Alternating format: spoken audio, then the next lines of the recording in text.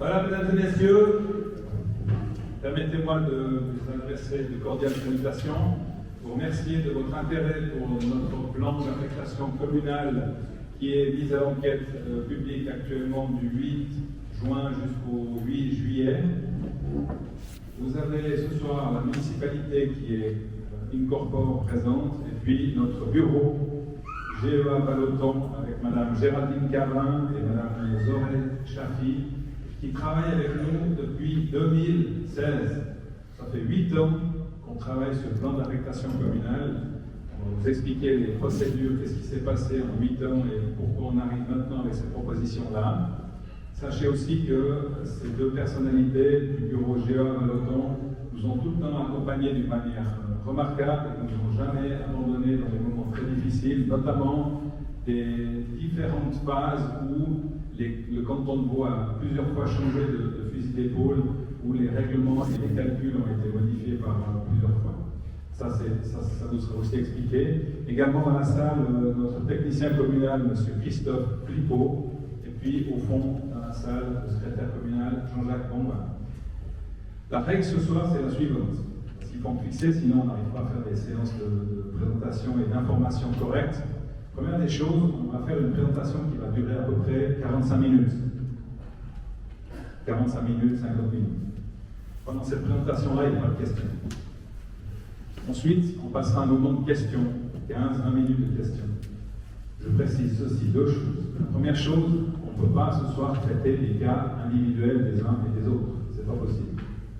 On ne peut pas. Le but de cette séance publique, c'est d'informer comment les choses ont été faites, quelles sont les procédures, quelles sont les obligations fédérales et les obligations cantonales, parce que finalement, ça ne revient pas aux communes de décider les contraintes et les normes, c'est les échelons supérieurs. Et nous, on n'a fait que d'appliquer ces normes supérieures, tout en essayant d'avoir quand même une vision sur les uns 2030, ça vous sera aussi expliqué après.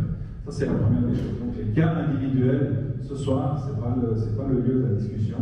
Ça sera durant l'enquête publique. Vous pourrez venir, bien sûr, à la maison de commune, consulter les dossiers pour ce qui vous concerne directement ou pas, et puis faire vos remarques ou vos oppositions en fonction de vos réflexions. Je précise aussi que vous avez tout sur Internet, donc vous pouvez faire ça depuis la maison. Deuxième chose, inutile de vouloir contester les calculs, ça ne sert à rien. En face, ça c'est des calculs qui nous viennent de l'échelon supérieur, et c'est des calculs qu'on peut contester ou pas. Ils ont été validés par les pouvoirs, que ce soit législatifs, cantonaux ou même de la Confédération. Donc ce n'est pas le lieu aussi aujourd'hui de vouloir démontrer que les calculs sont faux ou ça ne joue pas. On peut entendre les choses, nous-mêmes on a eu beaucoup de discussions là autour, mais à la fin, ce qui vient de la légalité, on doit l'admettre et puis la pratique. Voilà, et le pratiquer, pardon. Voilà un petit peu les deux règles que je voulais fixer. Puis ensuite, après l'heure des questions, ou le quart d'heure ou 20 minutes de questions, ces deux dames, avec notre technicien communal, seront à votre disposition. Elle sera où la dame? À votre disposition, justement, si vous avez déjà des premières questions qui ont trait à des parcelles qui vous concernent, ou à des choses qui ne sont pas bien comprises d'un point de vue stratégique, mais qui vous concernent directement, vous pouvez aller poser des questions là. Alors là aussi, on ne va pas aller jusqu'à minuit, parce que sinon on ne s'en sortira pas. Je vous redis, il y a un mois d'enquête publique, ça sert à ça. L'enquête publique, c'est justement à dire si on est d'accord, pas d'accord, ou si on se sent lésé ou pas lésé, ce qui est normal et logique dans une démocratie. Voilà. Et puis pendant qu'il y aura cette table à votre disposition, eh bien, il y aura également un apéritif qui sera servi pour clore la soirée. Est-ce que tout ça est bien clair, mesdames, messieurs? Merci beaucoup. Je vous remercie encore une fois d'être là ce soir. C'est pour nous, la municipalité de Lézin 2016, c'était la précédente législature. Donc il a fallu 2 législatures, une législature et demie quasiment pour aboutir à ce qu'on vous présente là. C'est un travail qui est énorme, ça a l'air de rien. Et le travail qui a été fait soit par mes collègues dans la précédente législature, donc il y avait M. Dubois en faisait partie, M. Nitrès aussi, mais Laurence Abéguer, Mme Abéguer, pardon, et M. Ritter ont dû reprendre le dossier en cours de route, ce n'était pas évident pour eux. Et puis Christophe Lippot aussi, quelque part, parce qu'il n'y a pas longtemps qu'il est revenu au bercail, si je puis dire. Voilà. Je vais sans doute passer la parole à Madame Carin, j'imagine, ou Madame Chafi. D'accord, Madame Chafi. Ça vous embête pas de monter ici? On entend bien dans la salle? Parfait, merci beaucoup.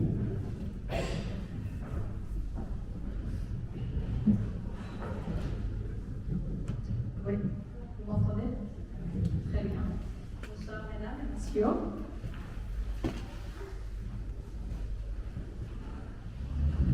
Très bien, donc ce soir, je vais d'abord, dans l'ordre du jour qu'on vous a prévu, c'est d'abord de vous expliquer le contexte de la démarche, pourquoi on est en train de faire cette révision. Ensuite, on va vous parler des enjeux de la révision.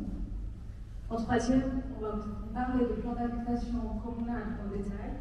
Et finalement, on aura la suite de la démarche et qu'est-ce qui vous attend après l'examen du dossier.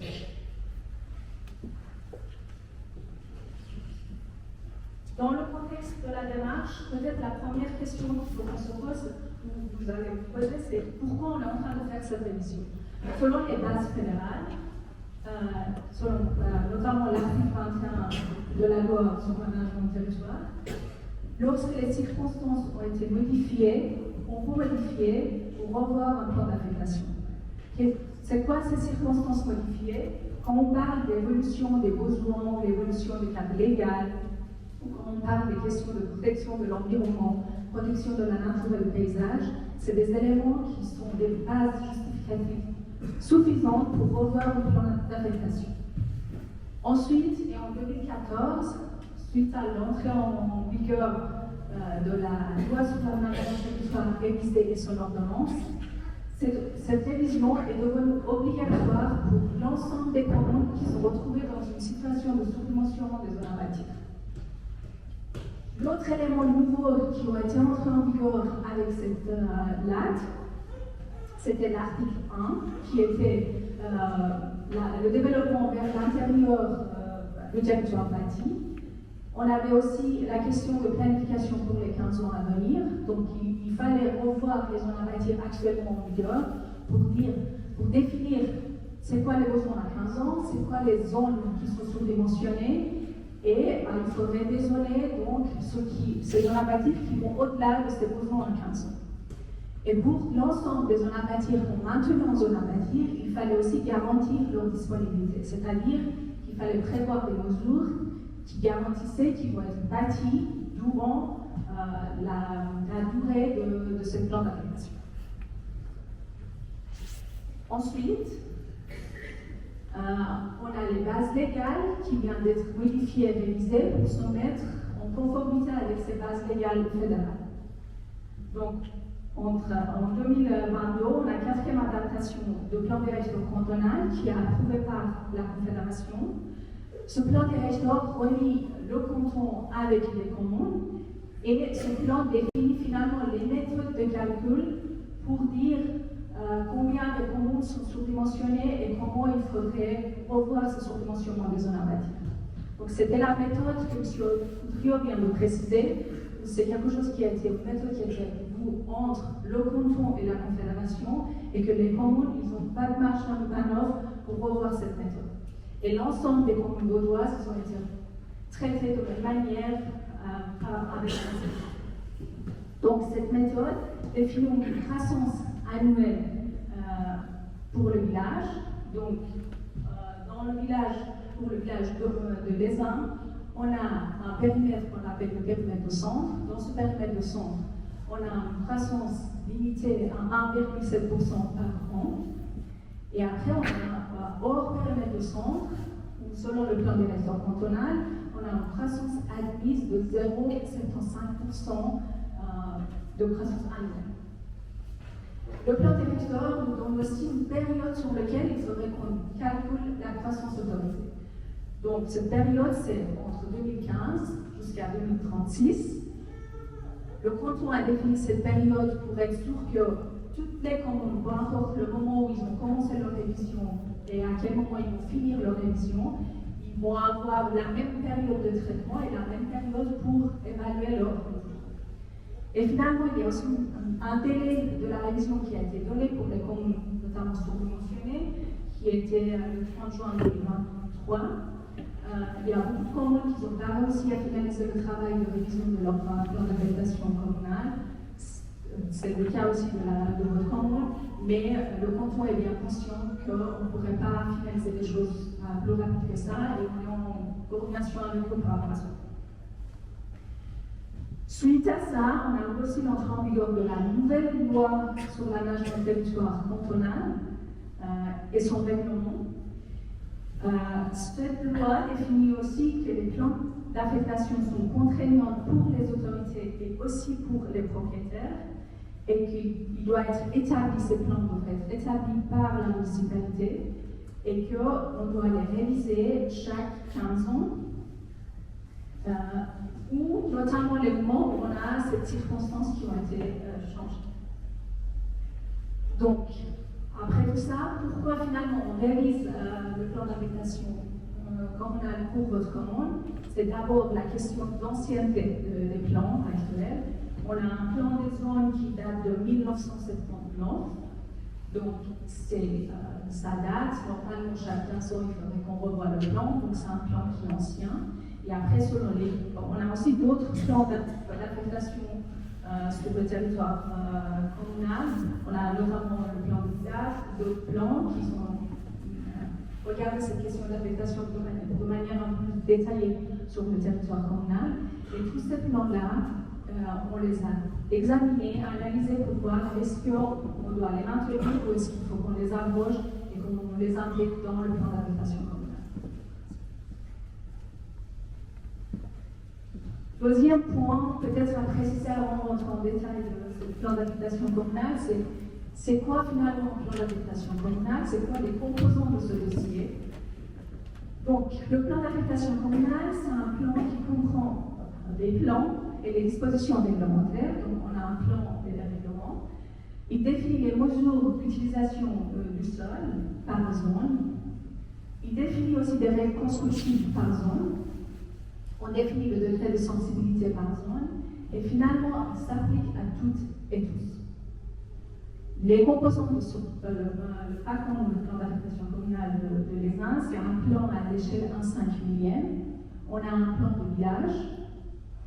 Il y a des documents annexés à ce plan d'affectation communale, notamment les plans des lisières forestières. Le moment où on définit la zone à bâtir, toutes les forêts qui sont en distance de 10 mètres de la zone à bâtir, sur lesquelles il faudrait qu'on définisse aussi les plans des lisières forestières. Ces plans-là ont été aussi établis. On a un dossier de défrichement sur le secteur des feuilles. Madame Carin va vous expliquer ce point-là plus en détail à la fin. Et après, on a aussi le plan de modification ou création de quelques domaines publics. Deuxième élément de composant de ce dossier, par contre, c'est le règlement. Et finalement, il y a un rapport qui est lancé SOAT qui explique et détaille le projet, il donne des justifications et conformités aux planifications supérieures et aux lois supérieures. Donc ce document, c'est un document qui est seulement pour consultation, c'est pas un document liant, et donc vous ne pouvez pas vous opposer à ce document-là. Vous pouvez juste faire des consultations ou des remarques par rapport à ce rapport. Par contre, pour ce qui concerne le plan d'affectation et le règlement, c'est des documents qui sont opposables. Le canton a également défini les étapes pour réaliser cette démarche de la révision et d'établissement de PACOM. En première étape, on fait un avant-projet. Dans cette étape d'avant-projet, on définit finalement selon la méthode de calcul de canton des bilans de redimensionnement des zones à bâtir pour voir finalement combien de sous-dimensionnements des zones à bâtir on en a et combien il faut que l'on réduise. On définit un territoire urbanisé qui nous donne une donnée de base pour voir quels secteurs doivent être dézonés et quels secteurs doivent être maintenus, parce que cette donnée de base qu'on appelle le territoire urbanisé, c'est un trait qui fait le contour de la zone à bâtir. Et normalement, selon la loi, selon l'article 52 de la loi sur l'aménagement du territoire cantonal, quand on est situé à l'extérieur de ce territoire urbanisé et qu'on est dans une situation de sous-dimensionnement, il faudrait qu'on dézone les secteurs ou parcelles ou portions de parcelles qui sont à l'extérieur. On a également dans cette phase établi une vision communale à 15 et 25 ans pour définir quel secteur, c'est quoi les intentions de développement de la municipalité pour la commune pour cet horizon de 15 à 25 ans, et de voir, en plus de ces questions de dézonage en lien avec les zones à bâtir liées à l'habitation, c'est quoi d'autres besoins et quel type d'autres affectations il faut qu'on prévoit sur le territoire. Le résultat de cette étape d'avant-projet, c'était un accord préliminaire avec le canton et finalement une demande de subvention qui a été signée entre le canton et la commune. Dans la deuxième étape, qui est l'étape de le projet de parents, on a établi sur la base de la vision communale, on a établi le plan d'affectation communale, on a établi le règlement et les avancées votées, et ce dossier a été transmis au canton pour l'examen préalable. Donc l'ensemble des services cantonaux nous ont fait part de leurs remarques et de leurs demandes, et le dossier a été revu afin de le rendre conforme par rapport à ces différentes demandes. Et donc, sur cette base-là, on a établi le projet définitif, et que vous voyez en avant, que vous avez eu l'occasion de le consulter actuellement à l'enquête. Après l'étape d'enquête, on aura la phase de procédure. On va vous expliquer plus en détail comment on va procéder dans cette phase de procédure. Pour rentrer, finalement, les enjeux de la révision, on a beaucoup parlé de cette question de dimensionnement des zones à bâtir liées à l'habitation. Ce thématique, c'est tellement important et c'était tellement difficile finalement de juger quel secteur devrait être raisonné, quel secteur devrait être maintenu. Et c'était un travail assez conséquent aussi pour toutes les municipalités de toutes les communes, où le canton a finalement défini des étapes pour réaliser ce travail de redimensionnement de la zone à bâtir. Première étape, comme j'ai dit, il y a d'abord d'évaluer la croissance admise pour la commune, de voir initialement c'est quoi le surdimensionnement des zones à bâtir. On a défini le territoire urbanisé pour pouvoir mieux décider quel secteur devrait dézonner, quel secteur devrait être maintenu en zone à bâtir. Et on a aussi l'établissement de cette vision communale. En deuxième étape, c'était la question de voir quels sont les secteurs les plus évidents pour être dézonés, notamment les secteurs hors territoire urbanisé. Et dans la troisième étape, une fois qu'on a dézonné ceux qui sont à la limite de la zone agricole et hors territoire urbanisé, il y avait encore un autre travail un peu plus détaillé à faire à l'intérieur du territoire urbanisé, à l'intérieur du centre, pour dézoner en premier lieu toutes les vides qui font plus que 2500 m². Et quand on parle des vides, ce n'est pas juste une seule parcelle qui fait plus que 2500 m², c'est plusieurs parcelles l'un à côté de l'autre qui font un ensemble de plus que 2500 m², donc les dézoner sur le canton. Et après, on a aussi fait une réflexion un peu plus quantitative sur le tissu bâti et les espaces vides, pour voir est-ce qu'il y a des endroits où il faudrait prévoir, par exemple, une zone de verdure pour prévoir un peu plus de respiration dans la zone bâtie, ou est-ce qu'on a besoin d'autres types d'applications, ou d'autres besoins, par exemple, l'utilité publique ou les activités touristiques. Ça, c'est aussi des étapes que le canton nous a dictées pour poursuivre finalement cette question de dézonage des zones bâties. Donc, on a appliqué cette méthode. En premier lieu, on a défini la question du sous-dimensionnement des zones à bâtir. Pour pouvoir le faire, j'ai évoqué deux possibilités, deux croissances distinctes qui ont été données par le plan directeur. Première, c'était dans le périmètre de centre, où on avait une croissance autorisée de 1,7% hors centre. Donc le périmètre de centre, c'est ça que vous voyez actuellement, c'est le périmètre rouge, le contour que vous voyez. Ce périmètre rouge là, à l'intérieur de ce périmètre, on a une croissance de 1,7% par an, ici jusqu'à 2026. Et après, tout ce qui est à l'extérieur de ce périmètre, c'est ce qu'on appelle le hors centre, où la croissance autorisée, c'est 0,75% par an. Donc, en faisant ce travail-là, on a calculé finalement le redimensionnement de la zone à bâtir. Donc, en premier lieu, on a évalué la capacité d'accueil des zones à bâtir en vigueur. Ces capacités d'accueil sont constituées de l'ensemble des surfaces qui sont dédiées à l'habitation, qui sont constructifs et qui sont dédiés à l'habitation. Selon le plan des zones actuelles, on pourrait accueillir équivalent de 3454 habitants,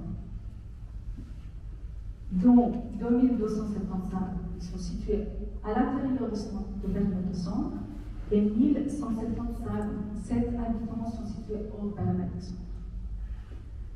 Les besoins qui ont été définis par le plan directeur, selon ces croissances autorisées, on est arrivé à un total de 1556 habitants, dont 1472 en périmètre de centre et 84 hors périmètre de centre. Et si on fait la différence entre la capacité d'accueil totale de la commune et les besoins autorisés par le plan directeur cantonal, on aura le sous-dimensionnement de la commune.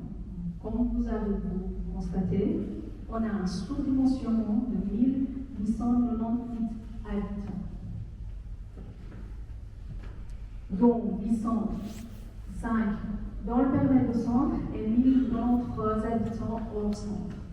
Ça veut dire qu'on a 2 fois trop de ce que le plan directeur cantonal nous permet pour ce qui concerne les zones dédiées à l'habitation. Donc c'est là le travail important a été commencé pour évaluer, pour identifier les secteurs qui sont plus adaptés à être dézonés, les secteurs où on pourrait prévoir d'autres types d'affectation, notamment la zone de Vertou, ou les activités en lien avec l'équipement public ou l'activité touristique. En faisant ce travail, dans le cadre du plan d'affectation communale, on arrive à une capacité d'accueil des zones bâties actuelles, c'est la deuxième ligne du on a réussi à diminuer ces capacités d'accueil à 1795 habitants, dont 1472 à l'intérieur du périmètre de centre et 323 habitants hors périmètre de centre. Et si on fait la différence entre ces capacités d'accueil de plan d'affectation communale, le projet qui est actuellement à l'enquête, avec les besoins de plan donné par le plan directeur cantonal, on a seulement 239 habitants de surdimensionnement qui est situé hors périmètre de centre. Donc on a réussi à avoir un périmètre de centre qui est conforme au plan directeur cantonal, à la mesure d'un 11 du plan directeur cantonal, mais par contre, hors périmètre de centre, c'était un travail où on ne pouvait pas aller plus loin dans le travail de dézonage. C'était compliqué pour faire ce travail-là, pour plusieurs raisons, notamment cette méthode de calcul, on ne peut pas le contester. Évidemment, mais je vous explique aussi la difficulté dans cette méthode, c'était que cette méthode prend 50 mètres carrés de surface de plancher d'habitants, de surface de plancher d'appartement, de logement par habitant. C'est une moyenne qui est partout, peu importe si on est à Lausanne ou à Lausanne, c'est exactement le même mètre carré. C'est ça la différence. Dans une commune comme Lausanne, on sait très bien que c'est difficile d'aller plus loin, on sait que cette surface moyenne c'est plus important que 500 mètres carrés, mais c'est la méthode cantonale qui est appliquée partout de l'Australie. Donc, on a jugé, avec le travail important qui a été fait, qu'on ne peut pas aller au-delà du travail de dézonage, notamment pour ce qui est le périmètre de centre. Par contre, au périmètre de centre, on a réussi à faire ce travail. Le travail de redimensionnement qui a été fait, c'était un travail pour dire, ok, on a des zones à bâtir, où ils sont en frange de la zone à bâtir, c'est plutôt en au-dessus de la zone agricole. Donc ces secteurs-là, on les a dézonés, on les a mis en zone agricole, c'était flat. Il y a des secteurs en zone à bâtir qui c'était plutôt au milieu de tissus actuellement bâtis, où on les a affectés en zone de verdure. Il y a aussi des secteurs où, à côté des rivières ou des cours d'eau, là, ça concerne plutôt un cours d'eau, où les géos nous demandent de prévoir l'espace réservé aux eaux. Ces secteurs-là ont été affectés en zone de verdure B. Et finalement, on a aussi des secteurs où la zone à bâtir, c'est les forêts, donc en définissant les lisières forestières, il y a des zones à bâtir qui ont été mis en aire forestière. Donc ça, vous voyez sur ce plan les différentes catégories de ce qu'on appelle le dézonage. Et ce travail-là nous a permis finalement de réduire le sous-dimensionnement de la commune.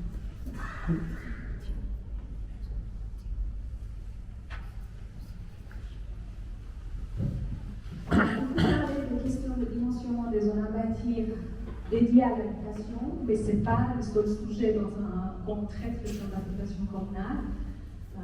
On doit aussi, on a l'obligation légale de redimensionner aussi d'autres types de zones d'habitation. Pour ce qui est la zone de tourisme et de loisirs, par exemple, il y a le plan directeur régional touristique des Alpes vaudoises, qui est approuvé par 15 communes différentes. Il a été mis en vigueur en janvier 2022. Ce plan directeur, il nous définit un quota pour les lits touristiques. Et par rapport à ces lits touristiques et les besoins définis par ce plan directeur, on pourrait prévoir des zones de tourisme et de loisirs sur la commune. Donc, par rapport à ce type de zone-là aussi, on devrait être en conformité avec notre planification supérieure. Encore, pour ce qui concerne les zones d'activité aussi, on a cette obligation de se mettre en conformité avec ce qu'on appelle des stratégies régionales de gestion des zones d'activité de chaque région. Donc, pour ce qui concerne les zones d'activité, ils sont aussi traités à l'échelle régionale. Il fallait aussi voir ces besoins-là et les dimensionnements de la zone avec cette stratégie régionale. Cette stratégie, il est en cours d'établissement. Donc, il a passé à l'examen de contrôle, il est en cours d'établissement. Et on a fait les coordinations nécessaires avec la région qui établit cette stratégie régionale. Normalement, par rapport à ces zones d'activité, on devrait aussi être en confort. Il y a aussi d'autres enjeux communaux qu'il faudrait qu'on intègre aussi dans le moment où on a fait le plan d'habitation communale. On avait un plan directeur communal qui datait de 2008. Actuellement, on n'a pas l'obligation de revoir ce plan directeur communal parce qu'il y a d'autres types de plans directeurs qui traitent le territoire communal. Mais quand même, on a fait une vision les ans 2030 qui est en mise à jour de ce plan directeur communal. Cette vision des ans 2030, elle a été présentée à la commission de conseil communal. Ils l'ont analysé, ils ont fait des remarques et des compléments. Donc le dossier a été modifié sur la base des remarques et retours. Et finalement, il a été présenté au conseil communal en octobre 2018. L'autre objectif de plan d'habitation communale, c'était d'abord la question du dimensionnement de la zone à bâtir. On a parlé de dimensionnement des zones à bâtir dédiées à l'habitation selon le plan directeur cantonal. On a parlé de dimensionnement des zones d'activité selon les stratégies régionales de l'activité, le dimensionnement des zones d'activité selon le plan directeur régional touristique. Pour toutes les zones d'activité publique, il fallait aussi donner des justifications pourquoi on prévoit les zones d'activité. Après, deuxième point, c'était la question des garanties de disponibilité de terrain. Pour toutes les parcelles un peu loin en zone à bâtir, qui étaient libres de construction, il fallait aussi, la municipalité avait l'obligation de garantir leur disponibilité. La loi nous donne plusieurs possibilités pour garantir cette disponibilité. La municipalité de a choisi de prendre la méthode qui donnait beaucoup plus de marge de manœuvre aux propriétaires, c'est-à-dire qu'on a prévu dans le règlement un délai de 12 ans pour déposer un permis de construire ou prévoir une construction, et au-delà de ce délai de 12 ans, si les propriétaires ont décidé de ne pas bâtir, il y aura une taxe sur leur propriétaire.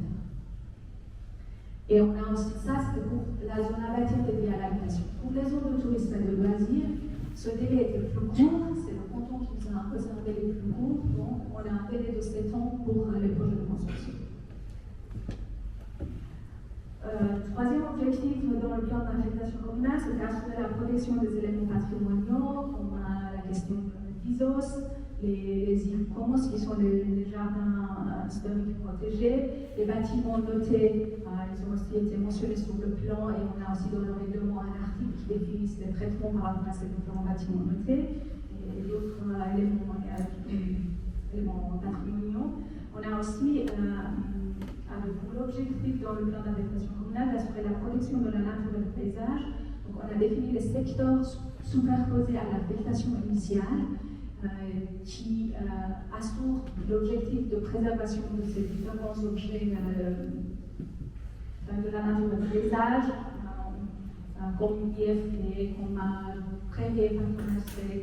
On a défini aussi des rizières forestières ou l'espace réservé aux eaux en lien avec les cours d'eau. On a également traité la question des dangers naturels. Donc, il y a un rapport réalisé par les bureaux spécialistes en dangers naturels. Sur le plan, vous allez voir qu'il y a, à côté du plan d'habitation communale, il y a des secteurs de restriction des dangers naturels qui ont été définis. Le règlement donne par type de secteur de restriction des dangers naturels les mesures à prévoir au moment où vous allez établir un projet de permis de construire.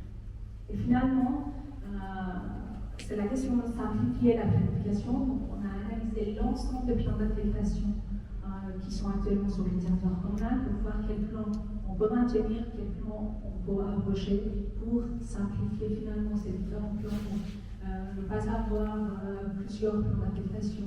Et jusqu'au moment où c'était faisable de les intégrer dans le plan d'affectation communale, on les a rapprochés, on les a intégrés. Et comme on avait des plans qui étaient trop récents, ou des plans où il y avait le degré de détail, c'était assez important, ces plans-là ont été maintenus tels qu'ils. Donc c'est pour ça que vous allez voir sur le plan des secteurs, on les appelle les trous, c'est des secteurs où on les a présentés complètement en blanc. Donc ces secteurs-là, ils ne sont pas intégrés dans le plan d'affectation communale. Donc il ne faut pas que vous étonniez pourquoi il y a des secteurs où ça n'a été pas traité. Ces secteurs-là, ils sont traités et régis par d'autres plans d'affectation qui sont actuellement en vigueur. Et finalement, je passe la parole à Mme Carin, qui vous explique finalement le plan d'affectation communale en détail.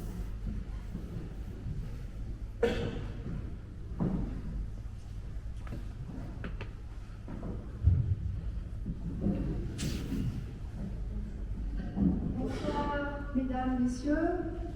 Vous m'entendez bien, ça va? Ça joue? Ok.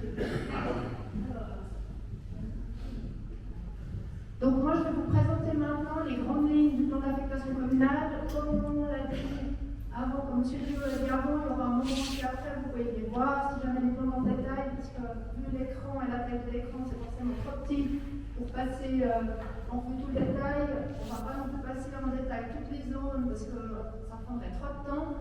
Mais on est à disposition après pour des questions. Vous pouvez prendre le temps justement de regarder tout le plan chez vous ou à la commune.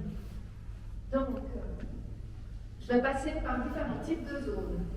Donc, premièrement, ce que je tiens à préciser de manière globale, c'est qu'on a, alors tous les noms des zones ont changé, parce qu'on a dû se caler sur une nouvelle directive cantonale qui impose en fait une nomenclature. Donc, on va plus retrouver les termes comme zone de village, zone de hameau. On a des termes qui sont un peu moins compréhensibles, parce qu'ils se ressemblent tous. Mais ça, on n'a pas eu le choix, c'est l'exigence cantonale d'uniformisation au niveau de toutes les communes du canton.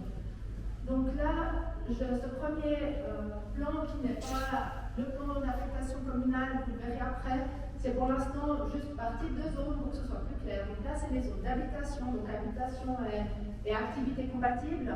Donc on voit en couleur foncée la zone centrale 15A, qui correspond à la zone du village. Donc, le plan du village, le secteur du village était régi par un plan de détail qu'on a révisé, je vous le présenterai après.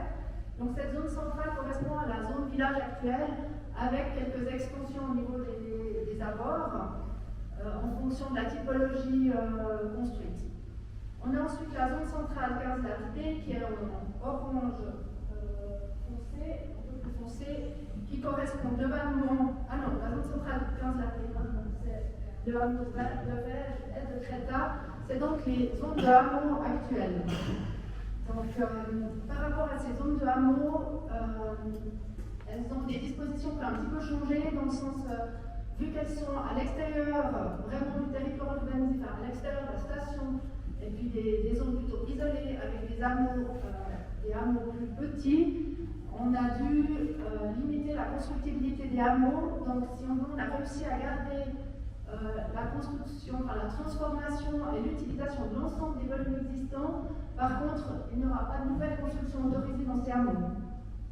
Alors, pour le hameau de Verge, il est d'autant plus protégé dans le sens où il est inscrit à l'ISOS, c'est donc l'inventaire suisse des sites construits d'importance nationale. Donc là, il y a un enjeu aussi patrimonial de protection du hameau de Verge en plus par rapport au hameau de Créta.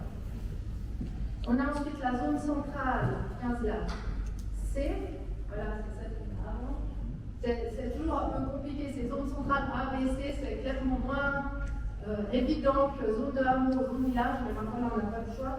Donc la zone centrale 15 là, C, c'est principalement l'actuelle zone d'habitation collective. On a ensuite la 15 lat B, qui est principalement la zone d'habitation collective B. Et puis, on a ensuite la zone d'habitation de très faible densité, 15 lat, qui est le jaune clair, qui correspond à l'actuelle zone de chalet. Si on veut, par rapport à ces zones, à part pour les zones de hameaux, globalement, les dispositions constructives ont été maintenues. Donc, on a gardé les mêmes principes. Alors, il y a quelques adaptations, par exemple, la manière dont on calcule la densité, elle a changé. On le fait différemment, on a repris les mêmes règles par rapport aux questions de densité, de hauteur, de distance aux limites. Alors, il y a quelques petits changements pour certains secteurs qui ont été englobés dans ces zones-là, comme par exemple dans les zones de centres urbains restructurés, zones des grands hôtels, qui ont été intégrés dans ces zones-là pour simplifier la planification et pour justement définir les règles de ces zones-là qui n'avaient pas de règles vraiment définies, qui devaient faire l'objet d'un plan spécial pour définir les règles. On les a englobées dans ces zones-là, donc ça veut dire qu'effectivement pour certaines zones, il y a quelques changements en termes de mesures constructibles, mais globalement, on a gardé les mesures constructives actuelles. Donc, comme j'ai dit, densité, hauteur, pour garder finalement la typologie actuelle des zones à bâtir qui sont largement bâties. On a ensuite les zones d'activité économique. Donc, comme l'a dit ma collègue, ces zones d'activité, on a dû les définir en coordination avec chaque région par rapport au dimensionnement des zones d'activité de toute la région. Donc, si on avait à l'époque, on a maintenant une zone mixte, donc on n'a plus cette zone mixte qui était affectée en partie en zone d'habitation en fonction de la typologie bâtie et des caractéristiques actuelles, et en partie en zone d'affectation d'activité économique. On a là aussi gardé la même densité que la zone mixte actuelle pour cette zone d'activité économique.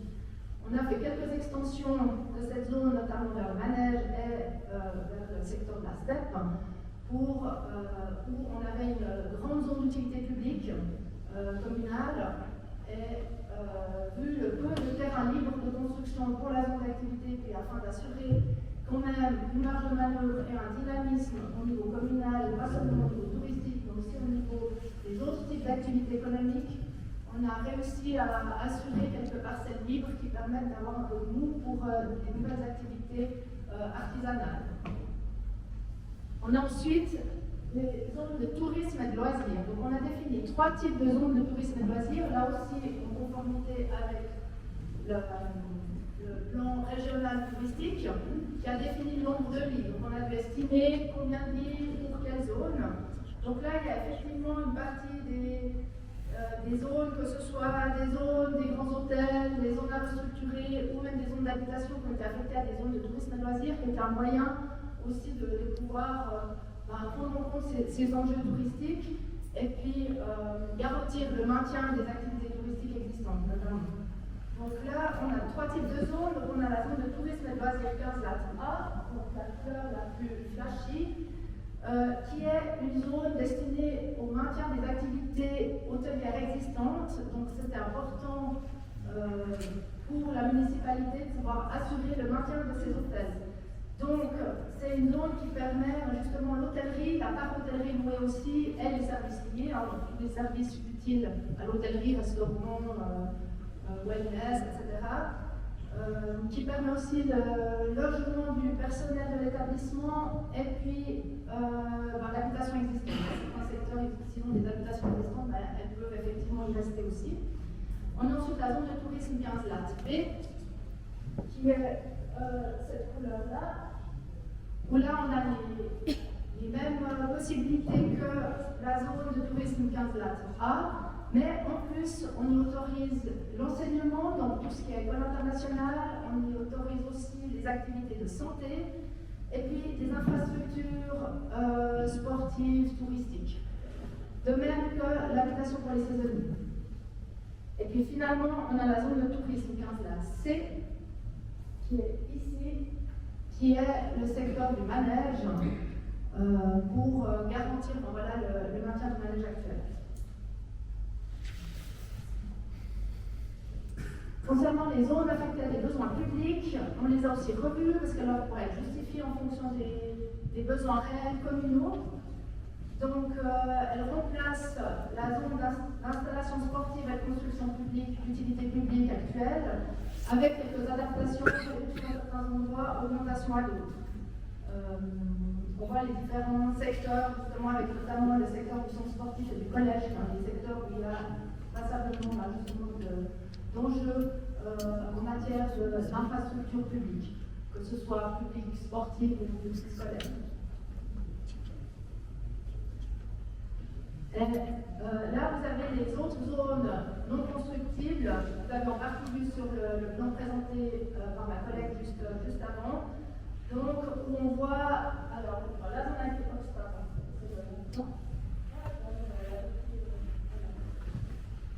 où on voit la zone agricole, les zones de verdure à l'intérieur du territoire communal. Bon, là, on a la zone de verdure où il y a l'espace réservé aux eaux. Et puis, on voit d'autres zones qui ressortiront mieux sur le plan, typiquement des zones de desserte, parce que les domaines publics, avant, ils étaient en blanc, maintenant, on va les affecter aux zones de desserte. 15 lattes ou 18 lattes, en fonction de s'ils sont à l'intérieur du tissu bâti ou pas. On a la zone ferroviaire aussi, qu'on doit affecter, qui était aussi généralement pas affectée.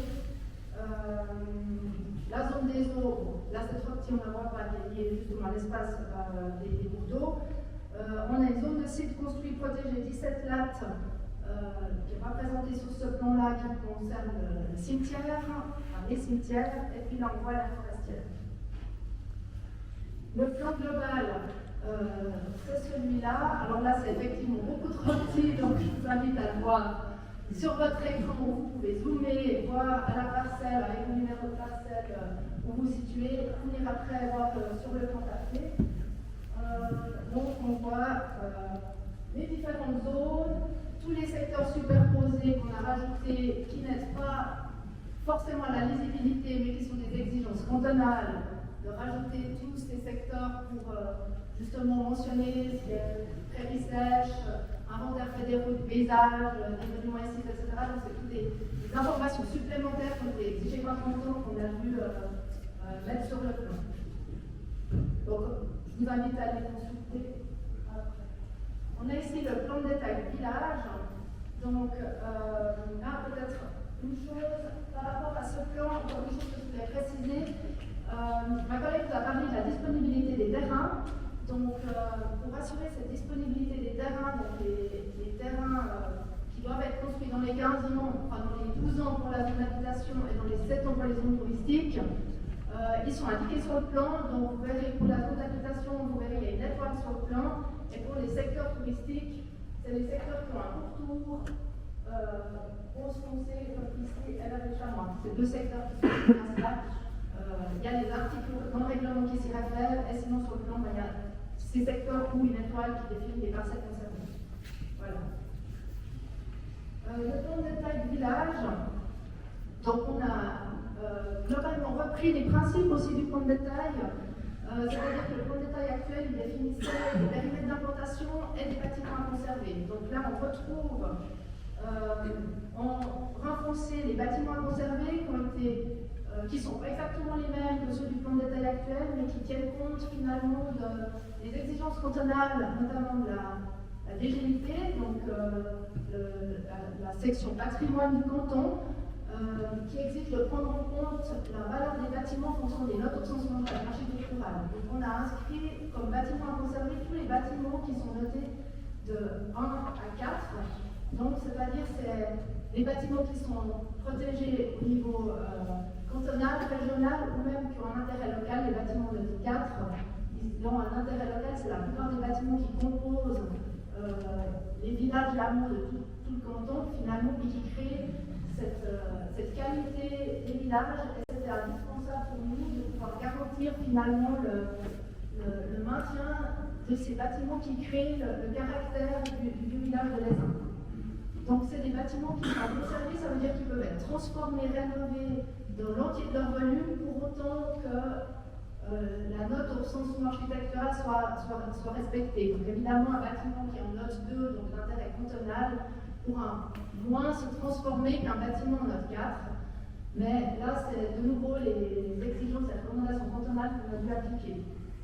Donc ça permet de tenir compte aussi de cette évolution législative au niveau de la protection du patrimoine au niveau cantonal. On a ensuite les autres bâtiments qui peuvent aussi se transformer à l'intérieur des bâtiments. Les agrandissements mesurés peuvent aussi être autorisés suivant la note justement du bâtiment.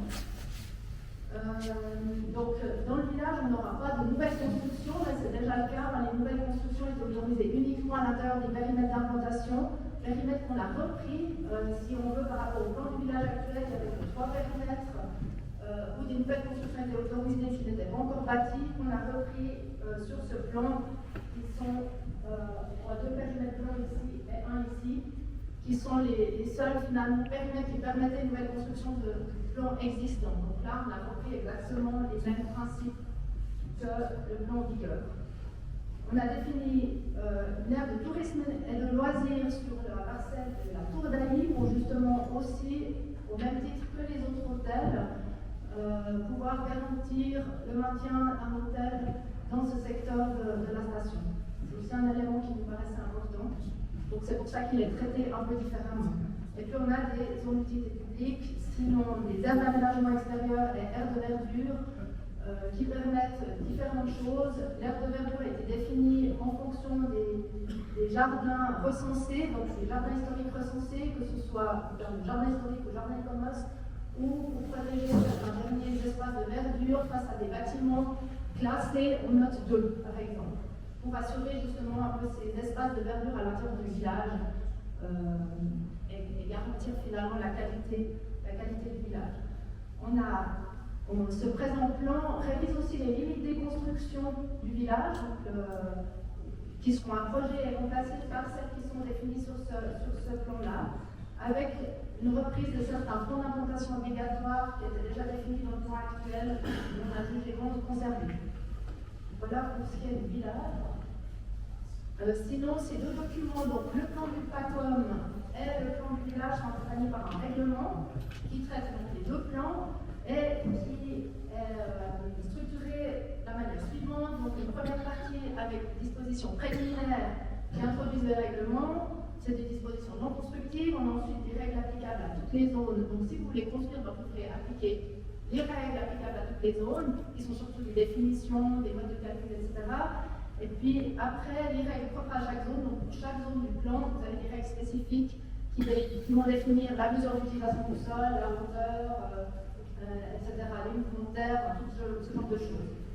Donc pour une construction, il faut finalement appliquer toutes les règles applicables à toutes les zones, et puis après à chaque zone en fonction de où vous êtes situé. Ensuite, il y a le titre 4 qui est la police des constructions, donc il y a des informations plus sur qu'est-ce qu'il faut pour un dossier de permis de construire, quels sont les documents exigés, etc., comment ça se passe.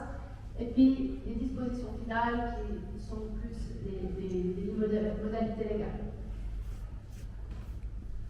Le dossier est accompagné aussi de plans de constatation de la nature forestière, comme on a vu, qui ont été établis par le groupe Géosolutions en coordination avec l'inspecteur forestier. Donc toutes les lisières ont été soit reprises, elles avaient déjà été définies, soit repiquées, mais elles ont été vérifiées, coordonnées avec la DG Forêt et l'inspecteur forestier, puis l'inspectrice forestière.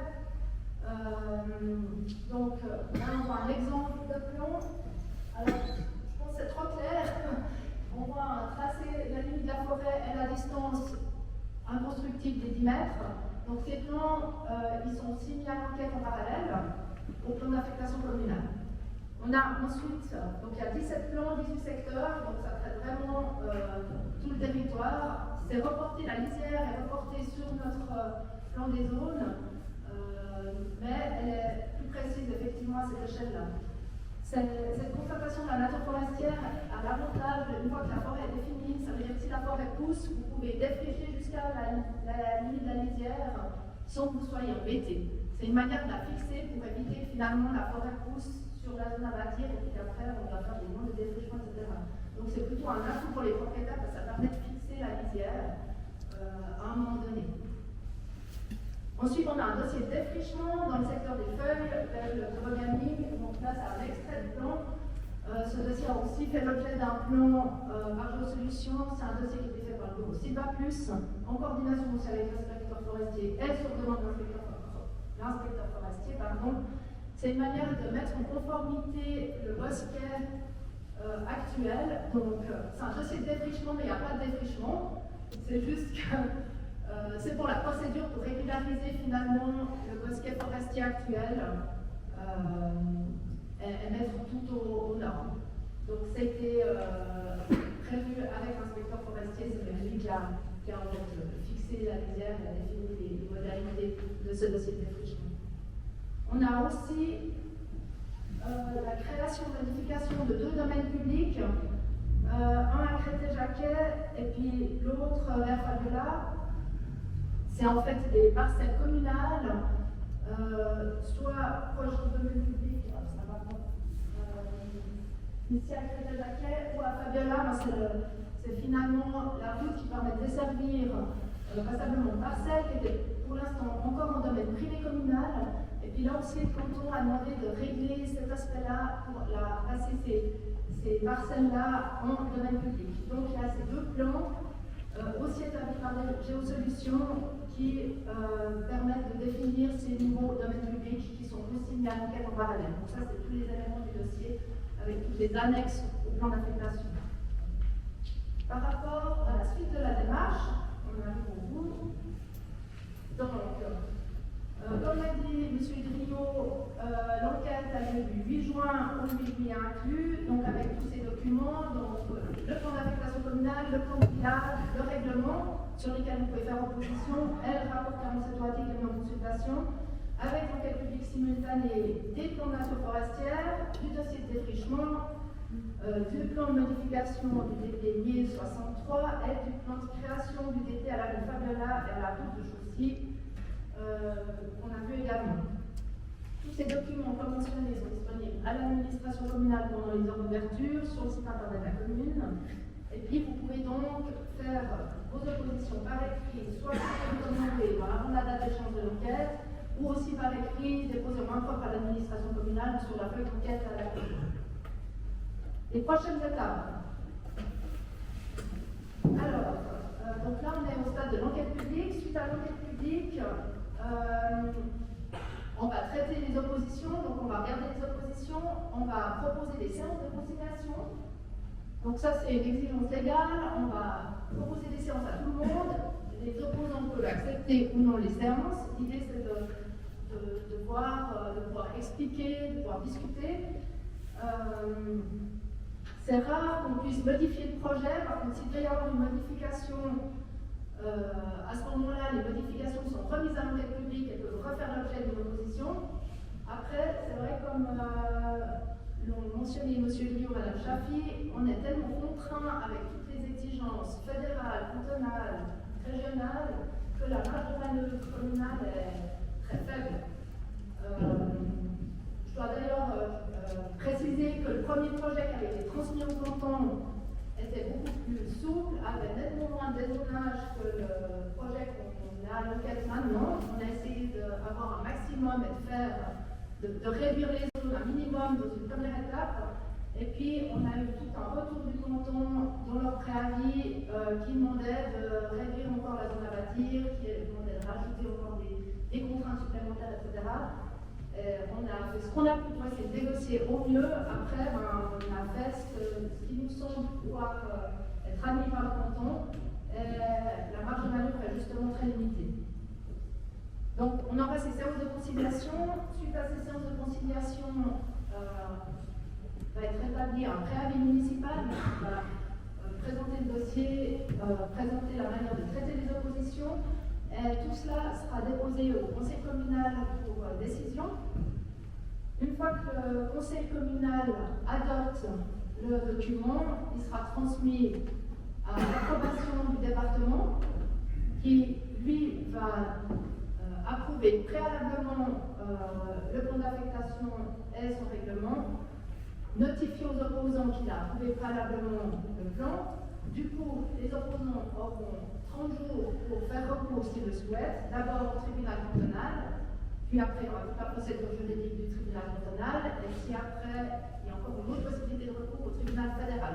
Donc on voit que ça peut, c'est donc le TCTF, tribunal cantonal, tribunal fédéral, Donc on voit que ça peut durer encore un certain nombre de temps jusqu'à ce qu'on ait l'entrée en vigueur du plan. Maintenant, pendant toute cette période, cette étape, si vous voulez réaliser une construction sur la commune, il faudra appliquer les deux règlements, les deux plans, SL restrictifs qui s'appliquent. Donc il faudra à chaque fois prendre la mesure la plus restrictive, donc ça complexifie un peu les démarches de projet de construction et les démarches et les contrôles de monsieur Foucault. Mais voilà, c'est le jeu. Hein. Du moment qu'on à la requête, c'est également la disposition de la protection. Voilà, merci de votre attention. Et puis, je vous propose, comme l'a proposé M. Grillo, de passer à une question générale, donc vraiment question générale d'abord, et puis pour les questions, quelques questions particulières qui auraient peut-être déjà à disposition.